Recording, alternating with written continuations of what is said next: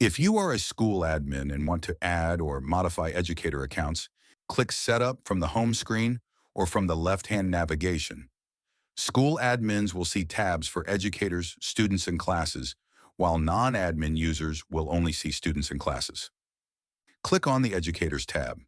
Here you can add educators one by selecting Add Educator and filling out the form, or upload multiple educators at once by clicking Import and uploading a CSV file with the required columns. You can modify an existing educator by clicking their name, which opens the edit window where you can update details such as their name, email, or user type. If an educator needs a password reset, simply click the paper airplane icon in the Reset column to send them an automated email. And if you need additional help at any point, click the green Help circle in the upper right corner.